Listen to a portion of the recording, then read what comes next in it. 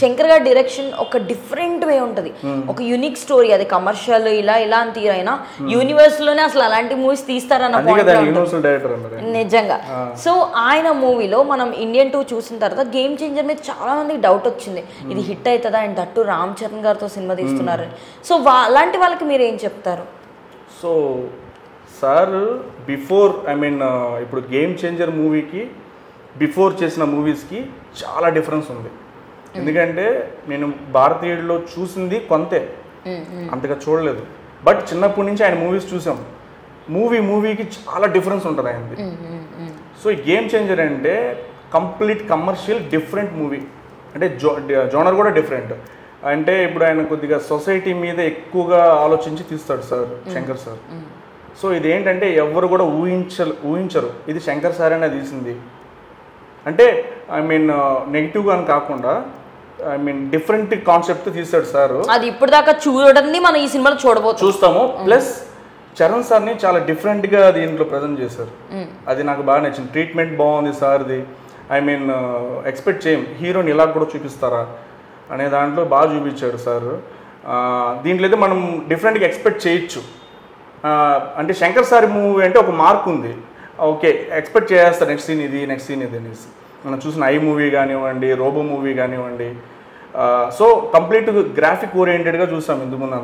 దీంట్లో అంత డిస్టర్బెన్స్ ఏమి ఉండదు, మనము కంప్లీట్గా ఎంజాయ్ చేస్తాం మూవీని. ఒక క్లీన్ అండ్ ప్లెయిన్ అండ్ ఒక సూపర్ మాస్ మూవీ చూడబోతున్నాం అయితే డెఫినెట్గా. సో రామ్ చరణ్ గారికి ఎంతో మంది ఫ్యాన్స్ ఉంటారు. ఆయన ట్రీట్మెంట్ కానీ ఆయన కానీ వెరీ ప్లెజెంట్, మాట్లాడే విధానం కూడా చాలా డెడికేటెడ్గా ఉంటుంది. ఆయన ఎప్పుడు చెప్తారు కూడా డిసిప్లైన్ మెయిన్ ఇంపార్టెంట్ ఒక హీరోకైనా ఎవరికైనా అని చెప్పి. సో ఆయన ఆర్టిస్టులతో కానీ సరౌండింగ్ షూట్ స్కెడ్యూల్లో ఉన్న పీపుల్తో కానీ ఎలా ఉంటారు? ఆయన ఆన్ స్క్రీనే కాదండి, ఆఫ్ స్క్రీన్ కూడా చాలా సెటిల్డ్గా ఉంటాడు, కామ్గా ఉంటాడు. నేను RRRలో చేసిన ఒక్క షాట్ అయినా సరే ఓవరాల్ మూవీ మొత్తం ఉన్నాను, ఆల్మోస్ట్ 70% ఉన్నా. మీకు శంకర్ గారి మూవీ గురించి చెప్పడానికి ముందు ఇది ఒకటి చెప్పాలి, ఆయన పేషెన్సీ గురించి చెప్తున్నాను మీకు. రామ్ చరణ్ గారి గురించి అంటే ఇప్పుడు ఇది రాజమౌళి సార్ డైరెక్షన్ అయి ఉండొచ్చు, బట్ ఆయన పేషెన్సీ లెవెల్ ఎంత ఉందంటే మీకు ఐడియా ఉంటుంది. ఇంటర్వెల్ ముందు ఒక ఫైట్ సీన్ ఉంది RRRలో, దాంట్లో ఆయన ఎంట్రీ ఉంటుంది చూసారా, హార్స్ గుర్రబండి మీద వస్తాడు ఫైర్తో. ఆ గుర్రబండి పడి బ్లాస్ట్ అవుతుంది కదా, ఆ ఫైర్లో నుంచి వస్తాడు సార్. సో మనం ఎంతసేపు చూస్తాం ఆ షాట్ని? అయితే 5 to 6 seconds 10 seconds లో అయిపోతుంది. 10 కూడా లేదు, 5 seconds. బట్ అది నైట్ మొత్తం తీశారు ఆ ఒక్క షాట్. ఆయన జస్ట్ నడుచుకొని వచ్చేది, వాక్ చేసుకుంటూ వచ్చేది పర్ఫెక్షన్ కోసం. ప్లస్ ఆయనకి లెగ్ బాలేదు అప్పుడు, చరణ్ సార్కి లెగ్ బాలేదు, కుంటుతూ నడుస్తున్నాడు సార్. సో ఆయన ఏంటంటే ఆ ఫైర్స్ మధ్యలోనే ఒక టేబుల్ వేసుకుని కూర్చునేసాడు. మళ్ళీ మానిటర్ దగ్గరికి వెళ్ళి చూస్తే టైం వేస్ట్. సో ఖచ్చితంగా నేను ఇక్కడే ఉంటాను, దాన్ని ఇక్కడ తీసుకురాను. చిన్న మినీ మానిటర్ అంటారు, బేబీ మానిటర్ అంటారు, అది తెప్పించుకొని అక్కడే కూర్చొని చూస్తున్నాడు. అంటే ఆయన డెడికేషన్. సో ఆ షాట్ నాకు కూడా కరెక్ట్ పర్ఫెక్ట్ అనిపించాలి. 7:30కి మేము వెళ్తే నైట్ షూట్కి, సో డిన్నర్ బ్రేక్ ఇచ్చారు, షాట్ అవ్వాలా. డిన్నర్ బ్రేక్ అయిపోయింది, కూర్చున్నాం, స్టార్ట్ చేసాం. మళ్ళీ అది నైట్ 12 అయింది, 1 అయింది. యాక్చువల్గా 2 o'clock వరకే అది కాల్ షీట్. మార్నింగ్ 4:35 అయింది. సో నేను మధ్యలో మేమందరం పడుకునేసాం. టు బి ఫ్రాంక్లీ అంటే మాకు షాట్ లేదు, మాకు పిలుస్తారని చెప్పి చూస్తున్నాం, షాట్ లేదు, పడుకునేసాం. ఓన్లీ రాజమౌళి సారు వాళ్ళ క్రూ, చరణ్ సారు వాళ్ళ క్రూ, కెమెరా డిపార్ట్మెంట్, లైటింగ్, వీళ్ళే ఉన్నారు. అంటే ఓవరాల్గా 20-30 మెంబర్స్ ఉంటారు అంతే. వాళ్ళందరూ నిద్ర మేలుకొని చూస్తున్నారు. ఇక్కడ మెచ్చుకోవాల్సిన విషయం ఏంటంటే ఈయన ఆర్టిస్ట్ సార్, నా వల్ల కాదు సార్ అని చెప్పొచ్చు చరణ్ సార్. సార్ రేపు చేద్దాం సార్, నాకు లెగ్ బాగాలేదు. అందులో ఏంది జనవరి టైంలో ఫుల్ అసలు చాలా కూల్ ఉంటుంది. లింగంపల్లి అల్యూమినియం ఫ్యాక్టరీలో అక్కడే అనుకుంటా షాట్ అది. మాకు చలేస్తుంది, మేము ఇట్లా ముడుక్కొని పడుకో ఉన్నాం, ఇలా ఇలా ఇలా పెట్టుకొని పడుకో ఉన్నాం. ఆయన ఎలా చేస్తున్నాడు రావు బాబు, ఆయన రాక్షసుడు ఈయన రాక్షసుడు అన్నట్టు అనిపించాడు. అసలు అక్కడ ఎంత కూల్గా ఇలా కూర్చో ఉన్నాడు, కామ్గా అంతే ఆలోచిస్తున్నాడు. రాజమౌళి సార్ నా నుంచి ఒకటి ఎక్స్పెక్ట్ చేస్తున్నాడు, అది ఏంటి, అది రావాలి అంతే.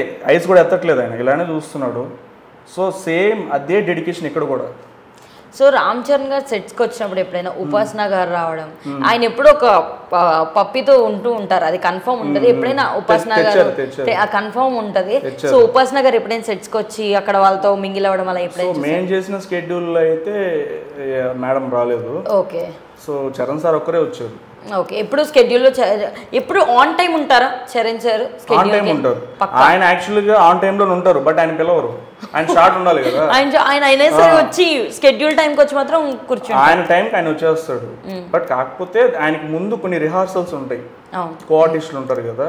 సో కో ఆర్టిస్టులు ఉన్నారు, చాలా మంది ఉన్నారు. నేమ్ రివీల్ చేస్తే బాగోదు. సో అవన్నీ సస్పెన్స్. సో వాళ్ళతో రిహార్సల్స్ చేసి ఒక పర్ఫెక్షన్ వచ్చిన తర్వాత ఆయన పిలుస్తారు. సో మీరు కంప్లీట్గా రామ్ చరణ్ గారు ఆ సీక్వెన్స్లోనే, లేకపోతే హీరోయిన్తో కూడా మీకు ఏమన్నా? సార్తో మాత్రమే. సో మీకు మూవీ జాయిన్ అయిన తర్వాత, అంటే మీరు వెళ్ళక ముందు వెళ్ళాక ఏం డిఫరెన్స్ కనిపించింది ఎక్స్పెక్టేషన్స్లో కానీ, మూవీ ఎలా ఉండబోతుంది అనడంలో కానీ? ఐ మీన్ ఆబ్వియస్లీ ఎలా ఉంటుంది, శంకర్ సార్ మూవీ అంటే ఒక ఎక్స్పెక్టేషన్ ఉంటుంది. దాంట్లో మళ్ళీ చరణ్ సార్ అంటే ఇంకా పెరిగిపోతుంది. ఇంకా ఆల్రెడీ నేను వెళ్ళడానికి ముందే అది ఒక సాంగ్ ఒకటి రిలీజ్ చేశారు కదా. అవును, రామచ్చా మచ్చానా, మచ్చా మచ్చాకి ముందు ఇంకో సాంగ్ వచ్చింది, జరగండి. దాంతో నాకు హైప్ వచ్చింది మూవీకి. మేము ఎగ్జైటింగ్ గా ఉన్నాం ఫస్ట్. సో వెళ్ళాము. మీన్ బిఫోర్ ఆఫ్టర్ మీరు అడిగిన క్వశ్చన్కి ఆన్సర్ ఏంటంటే, లెవెల్ పెరుగుతూనే ఉంటుందండి, తగ్గదు. ఇప్పుడు మచ్చతో ఇంకా పెరిగిపోయింది. మచ్చతో రామచ్చ షూట్ టైంలో కూడా మీరు ఉన్నారా? ఆ టైంలో ఆ రామచ్చ షూట్ అది ఏమైనా ఐడియా ఉందా? షెడ్యూల్ లేరు. సో సాంగ్ రిలీజ్ అయినప్పుడు యాజ్ ఏ ఫ్యాన్ అండ్ అందులో మీరు చేస్తున్న ఆర్టిస్ట్ గా మీకు ఎలా అనిపించింది రామచ్చ సాంగ్? ఏముందండి, థియేటర్కి వెళ్ళాక ఎగరడం అంతే, ఇంకేముంది. అసలు ఎవడు ఆగుతాడండి, చరణ్ సార్ స్టెప్లు వేస్తూ ఉంటాయి అక్కడ. అసలు మేము పక్కన పెట్టండి, మమ్మల్ని మించున్నారు అమ్మాయిలు. చరణ చరణ అని చెప్పి ఇట్లా ఇట్లా చేతులు పిసుకుంటూ ఉంటారు. మేము జనరల్గా షూట్లో ఆయన చూస్తూ మేము మురిసిపోతుంటే ఐ మీన్ బయట నుంచి చూస్తుంటారు కదా ఫ్యాన్స్, వాళ్ళు అరుస్తున్నారు చరణ్ చరణ్ చరణ్ సార్ అని అరుస్తూ ఉంటే అసలు మాకు అక్కడ షూట్ జరగట్లా. ఆ సౌండ్కి ఆయన ఇలా కామ్గా ఉండు అంటున్నాడు ఆయన. అసలు అమ్మాయిని అసలు కంట్రోల్ చేయలేదు, అసలు అవ్వదు అది. నాకు తెలిసి నా ఫ్రెండ్స్ లోనే చాలా మంది అమ్మాయిలు ఉన్నారు. నేను చరణ్ లాగా లేనా అంటే, ఊరుకో నువ్వు ఎక్కడ చరణ్ ఎక్కడ అంటారు. అంతేలే, ఖచ్చితంగా ఆయనకున్న యూనిక్నెస్ అన్నది. నేను జనరల్ గా చెప్పా, సింపుల్ గా చెప్తే అక్కడ కూడా నాకు గాలి తీసేస్తారు. చరణ్ తో పోలికే లేదు, అసలు ఎవరు ఉండరు చరణ్ లాగా అంటున్నారు. రామ్ చరణ్ గారి రేంజ్ వేరు. సో ఇప్పుడు ఆయన గ్లోబల్ స్టార్ అయ్యారు. సో ఖచ్చితంగా ఇప్పుడు రాజమౌళి గారి మిత్ ఒకటి ఉంది, అది రీసెంట్ దేవరాతో అయితే పోయింది. బట్ అది రామ్ చరణ్ గారు గేమ్ చేంజర్ లో తీసుకొస్తారు అన్న బయట టాక్ కూడా ఉంది. అంటే సినిమా ఇది హిట్ అవుతుందో లేదో, ఎందుకంటే రాజమౌళి సినిమా తర్వాత చేసిన తర్వాత ఖచ్చితంగా సినిమా పోతుంది అన్న పాయింట్ లో ఉంటారు కదా. సో అలాంటి వాళ్ళకి మీరు ఏం చెప్తారు, ఎలా ఉండబోతుంది గేమ్ చేంజర్ అన్నది? అవన్నీ అది అంటారు కదండి, మూఢనమ్మకాలండి అవన్నీ. ఎందుకంటే చెప్తారు, అది డిపెండ్స్ అపాన్ స్టోరీ మీద ఉంటుంది. కానీ రాజమౌళి సార్ మూవీ తీసిన తర్వాత ఫ్లాప్ అవుతుంది ఎవరు చెప్పారు? ఇప్పుడు దేవరా హిట్ అయింది కదా, మరి అలాగేం లేదు. ఇప్పుడు నాని తీసాడు, నాని తీసిన తర్వాత కూడా కొన్ని మూవీస్ హిట్ అయ్యాయి మరి.